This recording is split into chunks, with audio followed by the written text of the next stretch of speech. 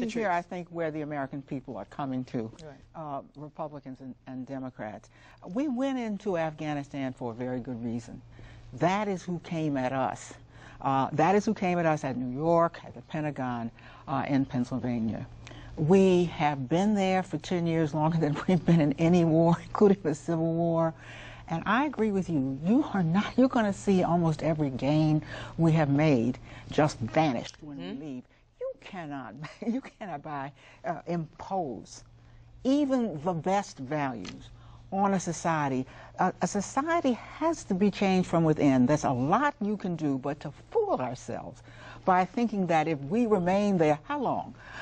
Somehow or the other, there will be permanent change to a country which, by the way, is so storied that the word on Afghanistan, the history of Afghanistan, is that no great power who has ever come to Afghanistan has had a lasting effect on that country. Who do we think we are? You know, I've recently met with some women from Afghanistan and some who are dissidents, some who are in the legal profession.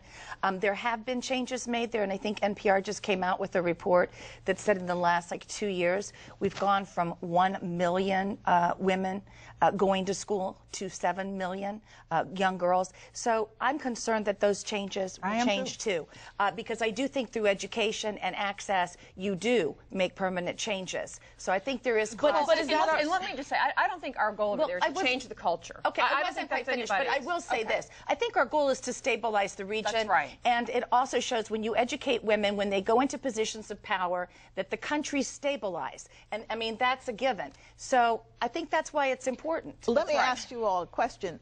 Do you think the Taliban is going to return? Absolutely. As soon as we leave, the whole thing is going to collapse, and the Taliban's going to take back over. And you know, and more importantly, Al Qaeda is still there. Okay, I mean, and this, well, no, not perhaps. They're there, and this idea that just because Bin Laden is now gone means everything's fine and we can I don't think anybody thinks that. No. Well, the president alluded to the fact that that was one of the reasons we can make this level of troop pullout. Well, and that is opposed I don't think everybody thinks everything's okay. No, I don't think everything's okay. But my point is, the folks that are on the ground there, his own military advisors, General Petraeus, the Pentagon, and others, have said this is too many. Didn't say we shouldn't pull any out, that we shouldn't start scaling back, but 10,000 at one point, and then everybody coming out in the next year. Listen, you know, you cannot wage a war. In a democratic country, you cannot wage a war if the people are not with you. The people of the United States are no longer with this war. That's true. I don't see the demonstrations in the street. I see the votes. I see the polls. Well, listen, then he can run on that. But you know what? We don't wage wars in this country by polls. Okay, hold on. The political Your reality side is running on that. Wait a minute. The reality on the ground here in Afghanistan is that it won't work if we continue to support a corrupt and centralized government. Okay. We cannot continue to support a corrupt, centralized government in Afghanistan. It's a failed strategy. We don't need 100,000 troops there. A small contingent of our soldiers, special forces, trying to secure the region and offer security there. That was the way to go. But as long they resent us for our presence there, and it does not bring stability to the region. Let me back to the issue about the women versus the president. I also think when Secretary Clinton, since she is so involved in so many global women's organizations and supportive, I think we're going to have to also look to women around the globe to support Afghanistan, not just America. To support these changes, to go in there, do the work, do the volunteer work, send them money. There's other ways to support Afghanistan. And that's what the UN does. That's what NGOs do. They recently since when have you thought the UN does such a good job at this? No, that's right about that. Not American blood. No more American blood for this. Well, it was. As you can see, it was a lively discussion, and once again, people are all over the map. Now, behind the scenes, or behind the headlines, marriage confidential. Gone are the days of the 1950s housewife. But are today's marriages any happier? A new book explores marriages in a post-romantic age and examines the rise of what author Pamela Haag calls semi-happy marriages. I think the good news is we're marrying our best friends, and the bad news is we're marrying our best friends. I think this is one of the most dramatic changes for marriage. You know, again, that we're marrying people who are very similar to us, and that's fabulous because we get compatibility and we have partnership, and that's a wonderful development on the whole. The struggle is that a marriage can become too much like any other kind of partnership or any other kind of friendship. While women today have more opportunities, housewives Betty Friedan wrote about in Feminine Mystique, Haig says that for many women, marriages are still unfulfilling. These workhorse wives feel the pressure to maintain satisfying jobs while being full-time wives and mothers.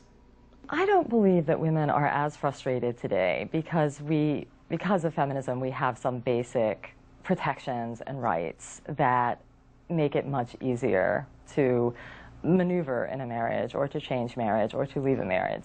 However, the fairness issues are still pertinent to women. They're still experiencing issues of feeling that there's something fundamentally unfair in how the marriage and family life and career work. It's never really equal in terms of childcare and housework. Women always end up doing more. And it was just an emphatic agreement on that point. So I think we're better off, but our progress is stalled a little, perhaps, when it comes to how we feel about marriage. But the dream that Betty Friedan had is a really good dream. I still want the having it all dream. I think that, it's still worth pursuing. Marriage isn't the only thing that's changed. 50 years ago, children were seen and not heard, and women were wives first and foremost. Today, roles have switched, and Haig argues marriage may be taking a back seat to motherhood. In my book, I humorously call children the new spouses, and by that I mean that they can very quickly become the emotional and romantic and intimate focal point for the family. Children have always been, obviously, a major part of marriage and family, but in the 1950s, for example, husbands and wives had a whole bunch of different roles as well. The parenting styles today tend to be very intensive and involved. We have helicopter parents, we have the hyper parents, we have very attached parents. Parenting fashions really put a premium on intensive, ongoing parenting. And that's a good thing, but it also puts strains on the marriage. In a society where 40% of Americans believe marriage is becoming obsolete, marriage may no longer be a priority. In fact, over the last 50 years, the marriage rate has dropped by 20 points. Haig says that is why marriage needs to be flexible.